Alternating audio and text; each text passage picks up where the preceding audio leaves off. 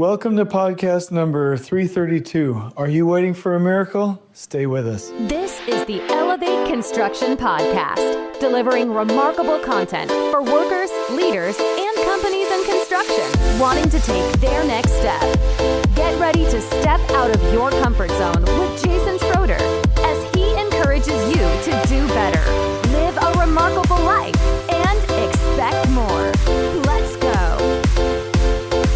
Welcome, everybody. This is Jason. Of course, you know it's Jason, but anyway, I hope you're doing well. I'm going to talk about a little funny meme or cartoon that I heard the other day at Tony Robbins Business Mastery. So this podcast I originally recorded with Felipe engineer at an airport, and we got interrupted so much by the air traffic, hold on a minute, not the air traffic controller, but the gate agent.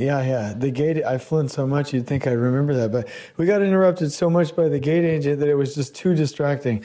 I know I'm a quantity over quality. I mean, we have quality content on the Elevate Construction Podcast, but sometimes the audio, you just kind of travel with me kind of around the country. The audio is what it is, right? But it wasn't good enough. It wasn't good enough. So this is my re-recording of podcast number 332. So I'm going to tell you a quick little story. I'm going to get rid of all the scaffolding for this podcast and make sure that I'm not wasting any of your time. But it was funny. I was watching a guy, and his name is... Gosh, I'm going to forget his name now that I'm in front of you. Keith Cunningham. Yeah. So he wrote the book, The Road Less Stupid. He has a company where I think it's called the CFO Scoreboard. He does a lot of financial and business training for business executives and businesses to make sure that their financials are looking good, they have good cash flow, they're really heading in a good direction. And he found a cartoon, a little meme type thing that was so good that he actually bought it. And imagine this visually with me, that you have you're looking at a chalkboard, and there are two people there looking at the chalkboard, and one person is kind of nervously looking at the other like, hey, I hope you like my work. There's a bunch of math on the left side, and then there's an equal sign, and there's a bunch of like results and kind of math on the right side. And in the middle, there's this thing on the chalkboard that says, and then a miracle happens. So on the left, math, then, plus, and then a miracle happens, equals, and then there's more stuff on the right. And so the reviewing person, I can only imagine it's a professor, is looking at that section in the middle. And the caption says, I think we need some more detail around step 2. So literally in the math equation, it was basically showing that he didn't have a solution. It was, hey, we'll do this, this, and this, and then we're just going to hope for the best and hope that it all works out. And so I really liked that. And Keith Cunningham's point was, when it comes to finances and budgets and cash flow, optics means that you have the chance to be successful. Measurement, numbers, we love numbers, and numbers love me. We love numbers and numbers love us. Numbers allow us to have the optics to make good decisions so that we're not with our business finances saying, okay, 1 plus 2 plus, then a miracle happens equals, financial success. And I liked that meme and that cartoon so much that I remembered that, and I was like, I've got to get this onto a podcast. And so that's kind of my message. So Felipe engineer and I were at the St. Louis Community of Practice, LCI Community of Practice today, doing a 4.5-hour introduction to the last planner system training. And somebody asked us, hey, when you're talking about these systems, when you're talking about tax planning and last planner, when you're talking about this, what happens when variation occurs? And the single most, and Felipe nailed it on the head, when variation occurs, when something happens, you immediately show the reality of what happens, and then you plan.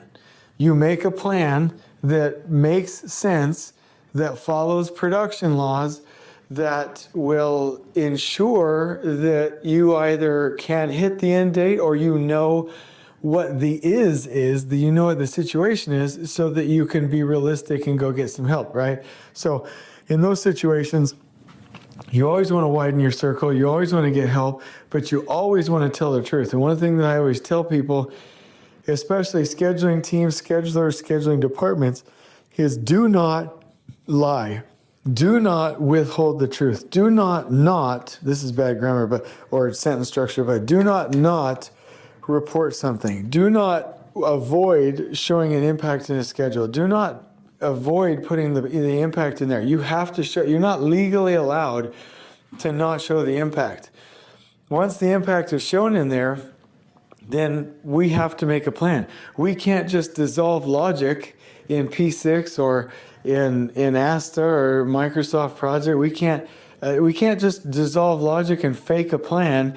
That's paramount to saying 1 + 2 + then a miracle happens equals the result I want. Wishful thinking is never going to get anybody anywhere. We need to go intelligently adjust.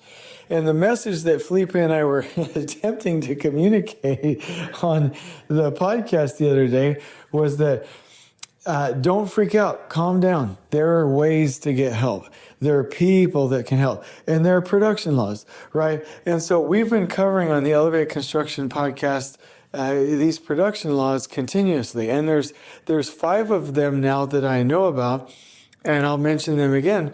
Little's Law, the law of bottlenecks, the law of the effective variation, Kingman's formula, and then Brooks's law, right there. If we're going to recover a project, we cannot just throw manpower, materials, and information at the problem. That will increase the project duration. We have to look at Little's law and make sure that we're limiting work in process, reducing batch sizes, or right-sizing batch sizes, adjusting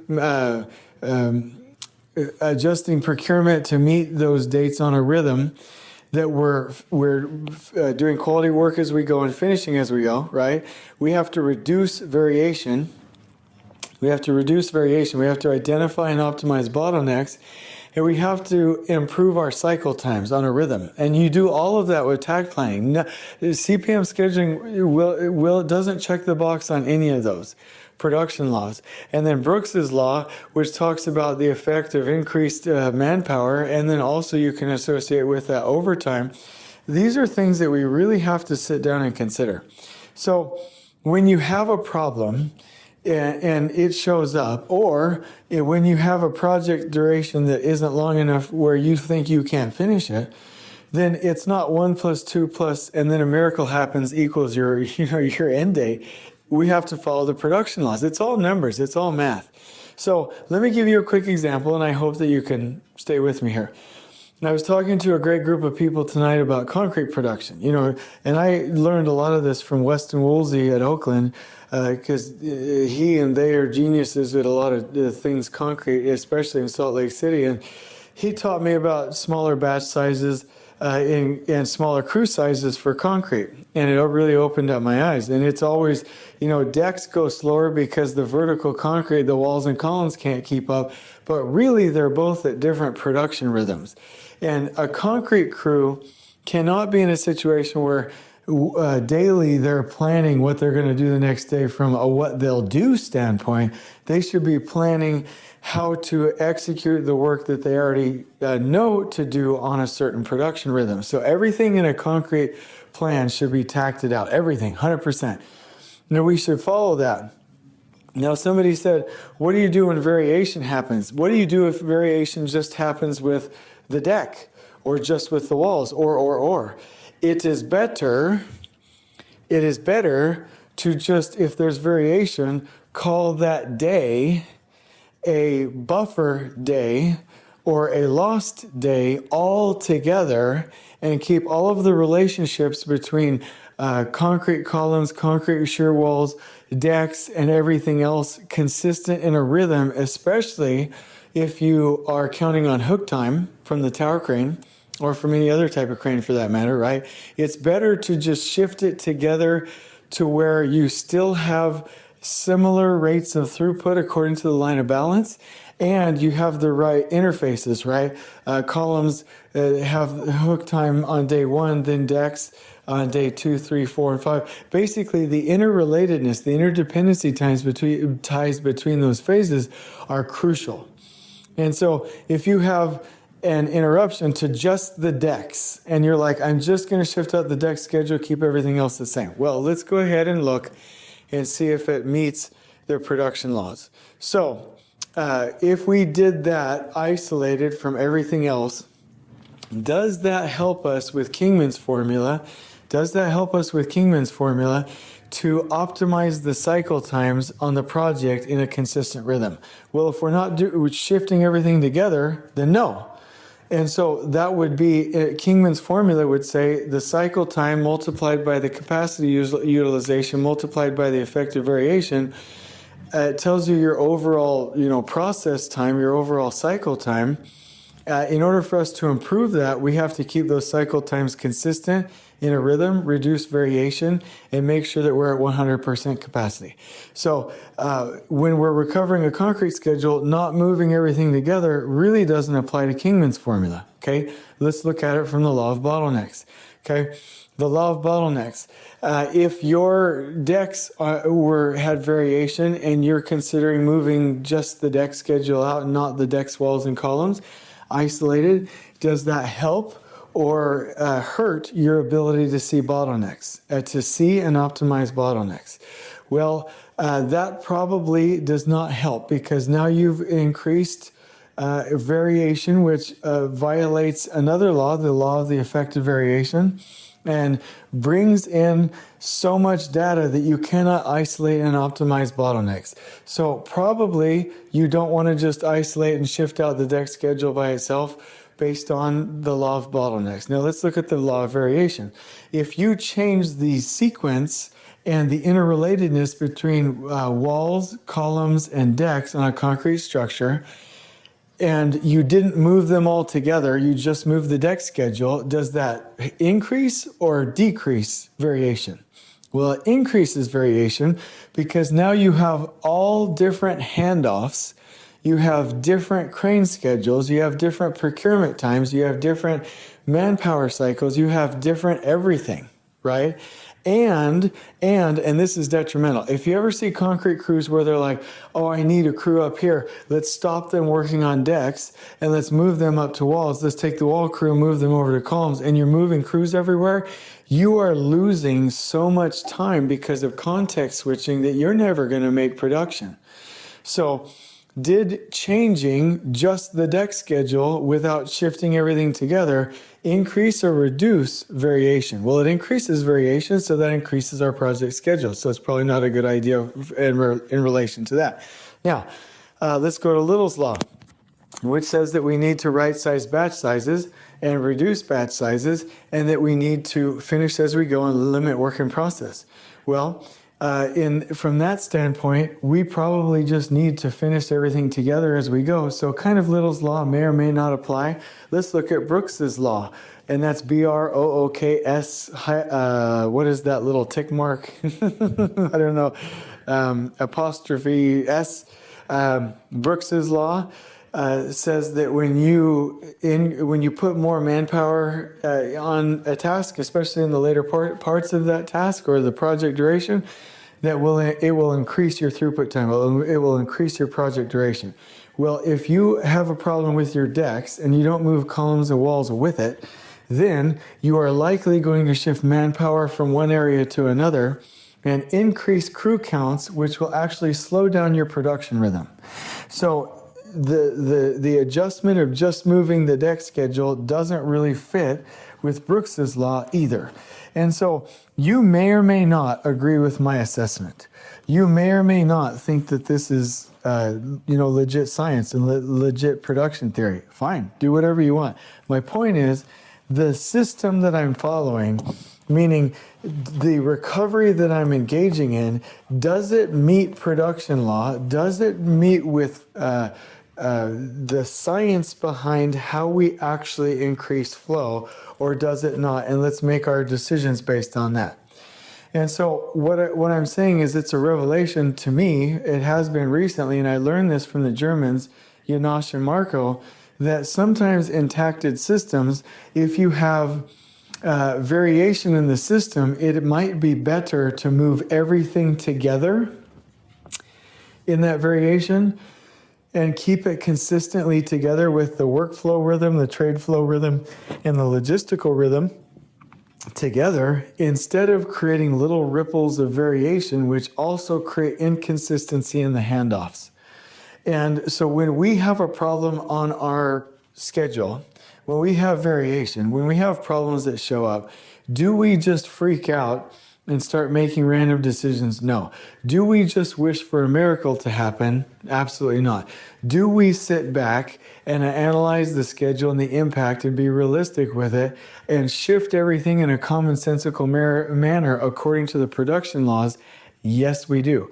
That's what I'm saying. Now, if you interpreted one or two of those situations differently than I do, then that's fine. But as long as you're doing the analysis, instead of just dissolving logic at the end of the schedule, you're going to be fine. At the end of the day, I think one of the most important production laws is the law of the effect of variation. Meaning that if you don't move your schedule together, if you don't get trades working at the same rhythm, if you don't get columns, walls, and decks working at the same rhythm, at the same rate of throughput, if you don't have the handoffs consistent, if you don't let the workers have consistent handoffs with work, with standard work, if you don't have hour by hour block schedules on who's using crane time, if you don't have these standards set and follow them to the T in huddles where you're not focused on when things are happening, but how to make work ready according to when they should happen, then you're going to create variation, which extends throughput times. It increases throughput times. It increases project durations. It takes longer. And so the point that Felipe made the other day, and I'm re-recording this podcast because the airport quality was so bad, is that don't freak out. Just recognize the impact, reach out for help, and let's make sure that we're making very good decisions. Whatever happens when an impact happens, you have to at least have one thing, a plan. Everything comes down to having a plan. Now, Patton said, a good plan violently executed today is better than a perfect plan tomorrow. I've said this a million times, but Patton didn't say no plan today violently executed. He said a good plan instead of a perfect plan next week. Everything that we do has to have a plan. So if somebody says, what do you do in Last Planner? What do you do in Scrum? What do you do in task planning when you have a break in the system, when there's variation? You make a plan and you follow the production laws. You don't say 1 + 2 + and then a miracle happens equals project success. That just doesn't happen. And so I think that that cartoon is really, really funny.